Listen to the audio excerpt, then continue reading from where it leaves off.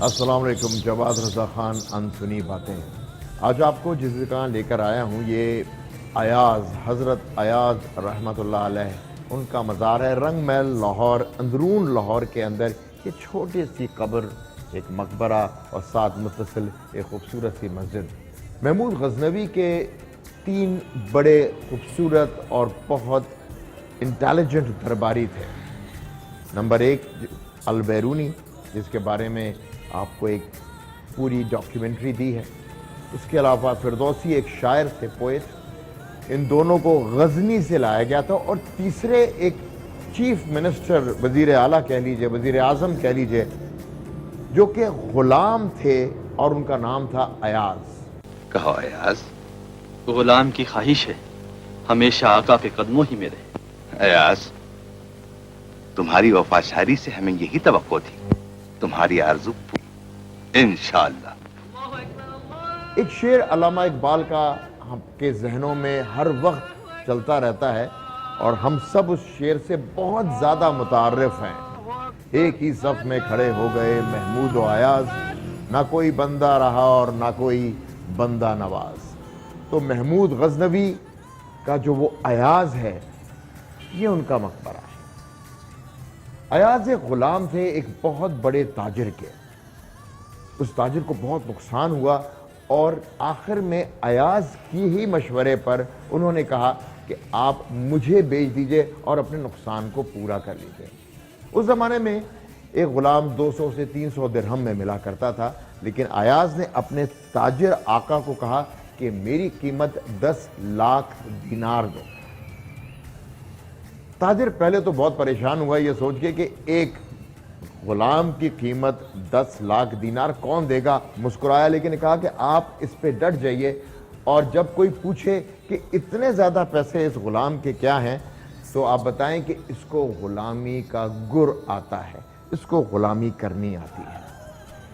خیر، جب وہ وہاں پہ غلاموں کی منڈی میں پہنچے اور انہوں نے 10 لاکھ دینار اس کی قیمت لگائی تو لوگوں نے تمسخر اڑایا بات کا، ان کا مذاق اڑایا، لیکن یہ بات پہنچتے پہنچتے پہنچتے سلطان ہند سلطان محمود غزنوی تک پہنچی۔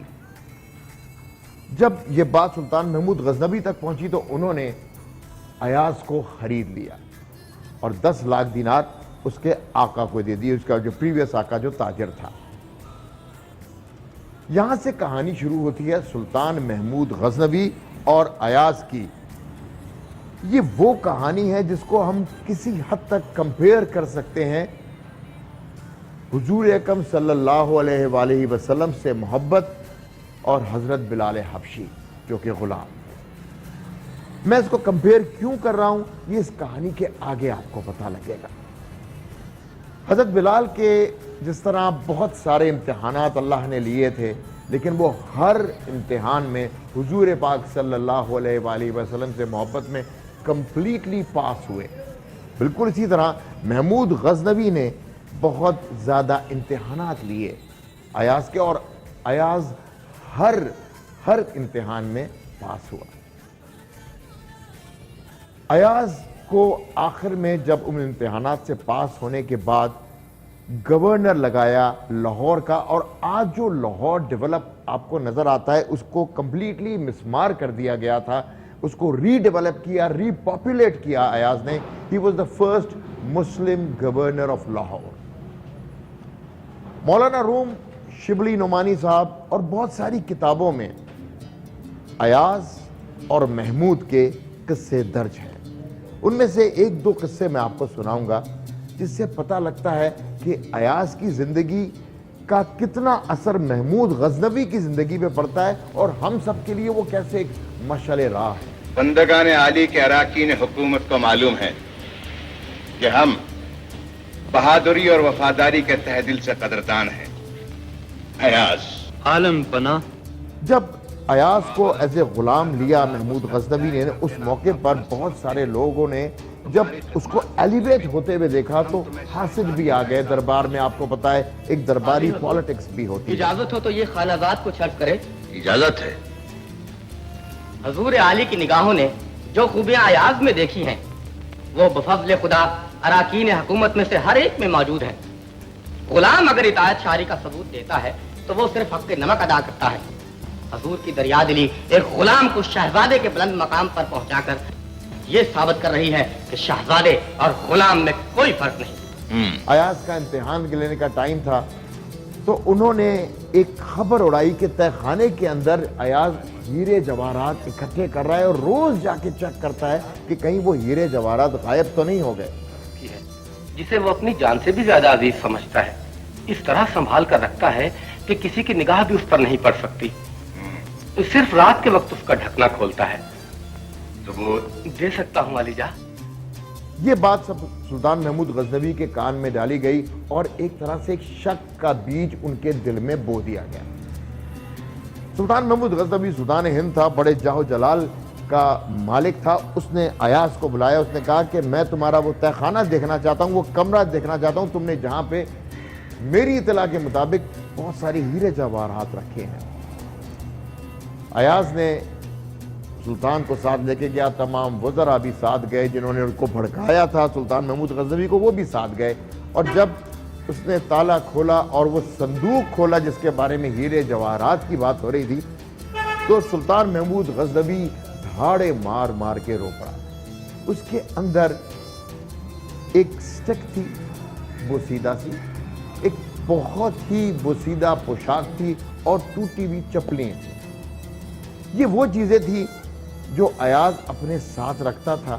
اور پھر ایاز نے محمود غزنوی سے کہا کہ یہ ہیں وہ ہیرے جواہرات جو میں نے آپ سے چھپا کے یہاں رکھے تھے. غزنوی نے پوچھا یہ تم نے کیوں رکھے ہوئے اور اتنی احتیاط سے ان کو کیوں, اتنی تعظیماً یہاں پہ کیوں رکھا ہے؟ ایاز, شاہی محل میں پہنچ کر بھی تم غلامی کے چیتڑوں کو اتنی حفاظت سے رکھتے ہو؟ ان چیتڑوں میں کل تک جو بے بہا لال چھپا تھا وہ آج شہزادی کے تاج کی زینت بن چکا ہے. جہاں بنا کہیں محل کی عظمت میرے دماغ میں غرور پیدا نہ کر دے, اس لیے میں اپنے غریبی کے احساسے کو سنبھال کر رکھتا ہوں تاکہ یہ خیال نہ آئے کہ میں کیا ہوں, یہ احساس ہوتا رہے کہ میں کیا تھا. مرحبا. ایاز نے جواب دیا میں یہ نہیں چاہتا کہ جو میں ایلیویٹ ہو رہا ہوں آپ کے دربار میں کہیں پہ بھی میرے اندر غرور اور تکبر آ جائے.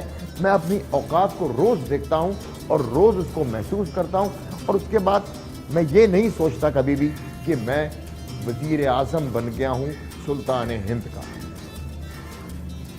ایک بات تو صاف صاف پتہ لگی کہ انسان کو اپنی اوقات کو یاد رکھنا چاہیے. ہم سب کو, چاہے کوئی سلطان ہو, چاہے کوئی غلام ہو, چاہے کوئی وزیر اعظم ہو, ہم لوگ اصل میں اللہ کے بہت ہی ادنا سے بندے ہیں.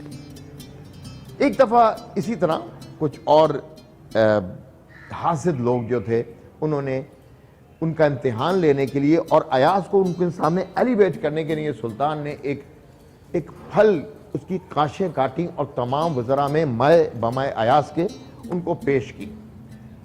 جب وزراء نے ان کو کھانا شروع کیا تو وہ پھل جو تھا وہ بڑا کڑوا تھا. وزراء نے کہا کہ سلطان یہ تو بہت کڑوا پھل ہے, سب تھو تھو کرنے, لیکن ایاز نے وہ پورا پھل بڑے مزے لے کے کھایا. تو سلطان نے سب وزراء کے سامنے ان سے پوچھا ایاز تمہیں اتنا کڑوا پھل کھانے میں کوئی تکلیف محسوس نہیں ہوئی؟ ایاز نے جواب دیا کہ جب اتنے سارے میٹھے پھل آپ کی زندگی کے تھرو مجھے ملے ہیں تو اگر ایک کڑوا پھل مل جائے تو مجھے کیا ناشکری کرنی چاہیے اس بات پر؟ کا لفظ بولتے ہو مگر اطاعت کا مطلب نہیں سمجھتے. تم نے قیمتی ہیرے کو دیکھا, ہمارے حکم کو نہیں. ایاز کی اطاعت شاری نے ہمارے فرمان کو سمجھا, قیمتی ہیرے کو نہیں دیکھا. ایاز اور تم میں یہی ایک فرق ہے. ایاز الحمدللہ تم اس امتحان میں بھی کامیاب ہوئے. حضرت ایاز بالکل اسی طرح کے غلام تھے جو کبھی ناشکری نہیں کرتے تھے.